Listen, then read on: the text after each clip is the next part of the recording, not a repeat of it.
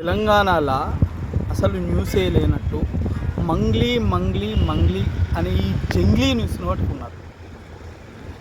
తెలంగాణలో న్యూస్ లేదా అయ్యా? ఏనుగు నిడిచిపెట్టిండ్రు, ఎలక పిల్లను పట్టుకున్నారు. ఆనాటి ప్రభుత్వం కాళేశ్వరం అనే శనేశ్వరాన్ని తెలంగాణ ప్రజల మీద పెట్టి ఇలా కూలేశ్వరం అని కూలగొట్టింది. నేను అడుగుతున్నా, ఇలా ఈ ప్రభుత్వాన్ని కమిటీలంటే కాలేయాపన్నా, కమిటీలంటే చట్టబద్ధత లేకపోవడమా? ఏమయ్యా ముఖ్యమంత్రి గారు, ఇదేనా నీ పనితీరు? 1,00,000 కోట్ల పైన పెట్టి అలా కాళేశ్వరం అనేది కడితే శనేశ్వరంలా మిగిలిపోయింది తెలంగాణ ప్రజలకి. తెలంగాణ ప్రజలకు అప్పులు పెరిగినాయి, బీఆర్ఎస్ ప్రభుత్వ పాలకులకు మాత్రం కుప్పలు పెరిగినాయి, వాళ్ళ ఆస్తులు పెరిగినాయి, అంతస్తులు పెరిగినాయి. మరి ఈ దోపిడీని ఎవడు దొరకబట్టాలి అంటే వాళ్ళని వీళ్ళు కాపాడాలి, వీళ్ళని వాళ్ళు కాపాడాలి. ప్రజలకు అర్థం కావాలి. ప్రజల సొమ్ము ఇవాళ తెలంగాణ 4 కోట్ల ప్రజల సొమ్ము తీసుకుపోయి ఇవాళ ఒక గొయ్యి దవ్వి గొయ్యిలో పోసినాము. ఎవడా మీకు చెప్పింది? ఇసుక దిబ్బల మీద ఎవడన్నా ప్రాజెక్టు కడతాడా ఎవడన్నా? ఇవాళ బీఆర్ఎస్ పార్టీ నాయకులు ఏం మాట్లాడుతుండ్రు? కడిగిన ముత్యము, అసలు మేము తప్పేయలేదు అని మాట్లాడుతుండ్రు. కానీ నేను ఒక సవాలు విసురుతా. మీరు తెలంగాణ బిడ్డలే అయితే, మీకు తెలంగాణ ఆత్మగౌరవం ఉంటే కాళేశ్వరంలో నీళ్లు నింపుదాం. ఆగుతుందా పోతుందా?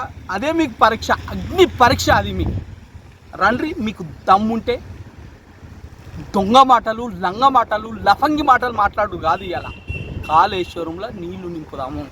ఆ కాళేశ్వరం అనే శనేశ్వరంతో ఇలా మా శని వేయిందా?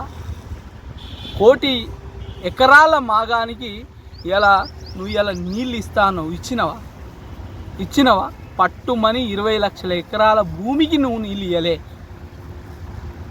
ఇంకా ఒక బుర్ర తక్కువడు అంటాడు, అగో పన్నీరుగితే పన్ను పెట్టుకుంటాం, చెయ్యి పోతే చెయ్యి పెట్టుకుంటాం, కాలు పోతే కాలు పెట్టుకుంటాం. అరే ఓ సన్నాసి, ఇలా పన్నీరుగితే ఉన్న పనులు కూడా కొట్టుకుని ఎవడైనా పెట్టుకుంటాడా పన్ను? ఉన్న కాలు తీసేసుకొని ఎవడైనా కాలు పెట్టుకుంటాడా? ఉన్న చేయి తీసేసుకొని ఎవడైనా చేయి పెట్టుకుంటాడా? బుర్ర ఉండాలి కదా. తాగి మాట్లాడుతున్నావా లేదా తడిపికొని మాట్లాడుతున్నావా? ఒక్కసారి ఆలోచించుకోయాల. మీ ఎలా కాళేశ్వరానికి పెట్టిన సొమ్ము మీ అయ్యదో, మీ అవ్వదో, మీ ముత్తాతదో కాదు. ఇలా తెలంగాణ ప్రజల సొమ్ము. నీకు బాధ్యతాయుతంగా అధికారం ఇచ్చినప్పుడు ఆ అధికారాన్ని అందిపుచ్చుకొని ప్రజల సంక్షేమాన్ని కోరాలి నువ్వు. ఇలా అలా నేను ఈ ప్రభుత్వాన్ని అడుగుతున్నా, అయ్యా రేవంత్ రెడ్డి, మీ ప్రభుత్వాన్ని బీఆర్ఎస్ కాపాడాలి, బీఆర్ఎస్ని కాంగ్రెస్ కాపాడాలి. ఇదేనా మీ కహాని? ఇదేనా అని అడుగుతున్నా నేను. ఇలా మీరేసిన కమిటీకి చట్టబద్ధత లేదని హైకోర్టు చెప్పింది. మీరేసిన కమిటీలో సమర్పించిన డాక్యుమెంట్ ఎవిడెన్స్ ఏవి సాక్ష్యాలు కాదని చెప్పింది. మరి ఎందుక ఈ దొంగ నాటకాలు ఆడుతుండ్రు, ఈ లంగ కథలు చేస్తుండ్రు? ఎందుకు వేస్తుండ్రు చెప్పుండ్రు? ఇలా 2 ఏళ్ల నుంచి కోట్ల రూపాయలు పెట్టి కమిటీ వేసి కాలయాపన వేసి దాన్ని తీసుకుపోయి బొందల గుచ్చిండ్రు. మీ ఇలా తెలంగాణ అమరవీరుల ఆకాంక్షలని, తెలంగాణ ఉద్యమకారుల ఆకాంక్షలని, తెలంగాణ బిడ్డల ఆత్మగౌరవాన్ని ఆగం చేసిండ్రు కదా.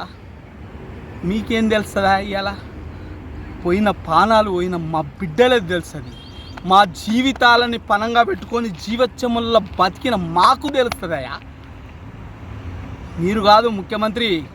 ఇలా మేము బతుకున్నాం, బరాబరి బరిగీసి కొట్లాడతాం. ఇలా చెప్తున్నాం కదా, బరిగీసి కొట్లాడతాం.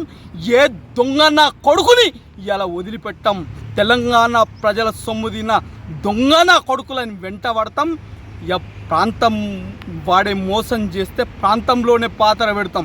ప్రాంతేతరుడు మోసం చేస్తే ప్రాంతం దాకా తరిమి కొడతామనే కాలోజీ నానుడి మర్చిపోము. ఇలా గుర్తుపెట్టుకొని బీఆర్ఎస్ వాళ్ళారా, బీఆర్ఎస్ నాయకులారా, బరాబరి చెప్తున్నాం. మీరు దయ్యాలు లెక్క దండిగున్నాం అనుకోకుండ్రి. ఇలా ఉద్యమకారులం మొండిగున్నాం. కొడక అందరినీ బజార్లో పెట్టకపోతే చూడుండ్రి, మిమ్మల్ని జైల్లో పాల్గిన చేయకపోతే చూడనని ఖబర్దారని హెచ్చరిస్తున్నాం.